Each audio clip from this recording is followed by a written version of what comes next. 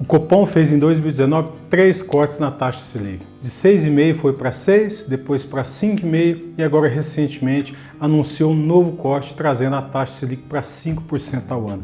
Você sabe o que isso significa? Onde reflete esses cortes e o que isso tem a ver com os seus investimentos? No vídeo de hoje eu vou te explicar o que é taxa Selic e te responder todas essas perguntas. Olá amigos, aqui é Sidão Henrique, especialista em finanças pessoais e hoje o assunto é taxa Selic. Vocês devem ter visto a notícia recente onde o Copom fez um novo corte e passou a taxa Selic para 5% ao ano. Na realidade esse é o terceiro corte em pouco mais de 3 meses e trouxe a taxa Selic para o menor patamar da história. Tá, mas antes de entrarmos em detalhes e explicar o porquê desses cortes, deixa eu te explicar o que é a Selic e como ela funciona. O nome Selic significa Sistema Especial de Liquidação e Custódia. Ela foi criada pelo Banco Central com o propósito de controlar a inflação brasileira. A taxa Selic é a taxa básica de juros que tem o poder de influenciar todas as taxas de juros do país, tais como taxas de juros de empréstimo, financiamento e também de aplicações financeiras. Para você entender de forma bem simplificada, o governo federal emite títulos públicos para venda através do Tesouro Direto, para captar recursos para construir estradas, escolas, investir em segurança e também em saúde. Só que quem mais compra esses títulos do Tesouro não são as pessoas, e sim os grandes bancos. Existe uma lei do Banco Central que reza que os bancos nunca devem fechar o caixa diário com prejuízos. Sendo assim, eles fazem empréstimos entre eles para suprir o caixa quando fecha negativo. E a taxa que é utilizada entre eles nada mais é que a Selic, e eles utilizam os títulos públicos do Tesouro Direto como garantia.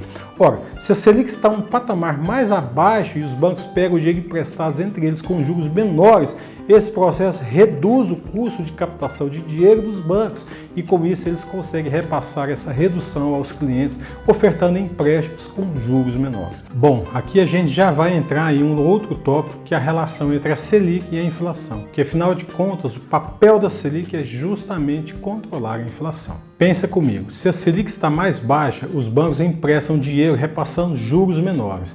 Isso incentiva a população a tomar mais dinheiro emprestado, seja em forma de crédito pessoal, financiamentos, empréstimos bancários. Isso estimula o crescimento da economia. Mas quando temos muito dinheiro circulando no mercado, ou seja, está sobrando dinheiro, isso faz com que o consumo aumente. Quando há um aumento no consumo, entra a famosa lei da oferta e da procura. Se tem mais gente comprando que vendendo, é tendencioso que os preços aumentem, fazendo com que a inflação venha a aumentar. Daí o governo federal, vendo que a inflação está aumentando, ele faz o processo reverso, que é justamente aumentar a taxa Selic. Aumentando a taxa Selic, os bancos vão começar a liberar dinheiro com juros maiores. Isso assusta o consumidor e faz com que diminua os empréstimos, financiamentos, créditos pessoais. Essa redução dos empréstimos reduz a quantidade de dinheiro circulando e automaticamente o consumo diminui. Aqui entra de novo a lei da oferta e da procura, só que agora ao contrário, se tem mais gente querendo vender do que comprar, os preços tendem a reduzir, fazendo com que a inflação venha a reduzir. E assim fica esse processo de aumento da Selic quando a inflação está alta e redução da Selic quando a inflação está baixa. Isso faz com que haja um equilíbrio monetário no país. Muito bem, agora que você já sabe o que é a taxa Selic, como ela funciona e como ela influencia na inflação, vamos falar do reflexo da Selic nos investimentos. Basicamente, a Selic interfere somente nos investimentos em renda fixa, porque ela reflete diretamente nos ativos indexados ao CDI, caderneta de poupança e nos títulos do Tesouro Direto. Vamos falar de cada um deles. Bom, vamos começar com a poupança. Para quem não sabe, a caderneta de poupança possui rendimentos atrelados à Selic. Na regra da caderneta de poupança, se a Selic for superior a 8,5% ao ano, a poupança renderá 0,5% ao mês. Isso equivale a mais ou menos 6,17% ao ano. Se a Selic for menor ou igual a 8,5% ao ano, a caderneta renderá 70% da Selic. Como a Selic atual está em 5%, a caderneta de poupança atualmente rende 3,5% ao ano. Lembrando que estamos em novembro de 2019.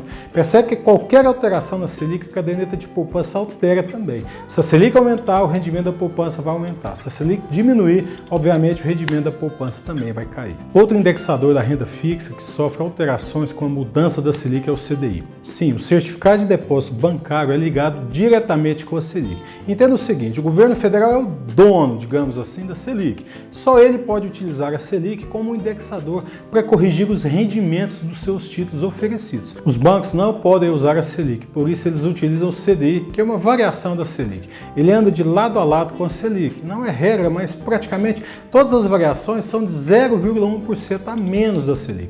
Quando a Selic estava em 6,5% ao ano, o CDI estava em 6,4%. Quando houve o corte da Selic para 6% ao ano, o CDI passou para 5,9%. Agora que a Selic reduziu para 5% ao ano, o CDI está em 4,9% ao ano. Note que se a Selic variar, ele vai variar também. E como a Selic diminuiu, os investimentos atrelados ao CDI, CDB, LCI, LCA, CRI, CRA, ou seja, qualquer ativo que usa o CDI como indexador vão diminuir os rendimentos. Bom, por fim, vamos falar sobre os títulos públicos do governo federal, os famosos títulos do Tesouro Direto. Eles são os que mais sofrem com a redução da Selic. O principal deles é o Tesouro Selic. Obviamente, ele vai sofrer alterações quando houver cortes na Selic, porque o seu indexador é a própria Selic. Os títulos IPCA base do Tesouro também vão sofrer alterações. Como eles corrigem de acordo com a inflação, se a Selic altera, a inflação altera. E com isso, os títulos indexados ao IPCA também vão sofrer alterações. Lembrando que o IPCA nada mais é que um índice oficial que mede a inflação do país. E como vimos, o principal papel da Selic é justamente controlar a inflação. Agora, falando em investimentos, para quem é investidor, a Selic é melhor em patamares baixos ou altos? Se formos avaliar em termos de ganho de capital sem analisar a inflação, realmente é melhor quando a Selic está alta. Mas de que adianta o dinheiro estar rendendo muito se a inflação está alta e o dinheiro perde o poder de compra? Uma saída legal é você fazer uma diversificação em renda fixa e renda variável. Assim você mantém a segurança dos investimentos em renda fixa, rende pouco, mas é seguro e tende a só crescer. E busca maiores rentabilidades parte do seu capital investido em ações, por exemplo. Lembrando que para qualquer formação de carteira de investimentos é extremamente importante que você conheça o seu perfil de investidor e o respeite. Não corra riscos maiores do que você consegue suportar. Bom, amigos, hoje eu falei sobre taxa Selic, que é a taxa básica de juros do Brasil. Se a Selic reduz, isso reflete um aquecimento na economia, visto que os bancos vão oferecer empréstimos com juros menores. Isso reflete um aumento do consumo e pode afetar diretamente no aumento da inflação, porque se aumenta o consumo, os preços aumentam. Para reduzir a inflação, o governo aumenta a Selic e com isso os bancos ofertam dinheiros com juros maiores, desestimulando o consumo. Isso reflete em uma redução da inflação.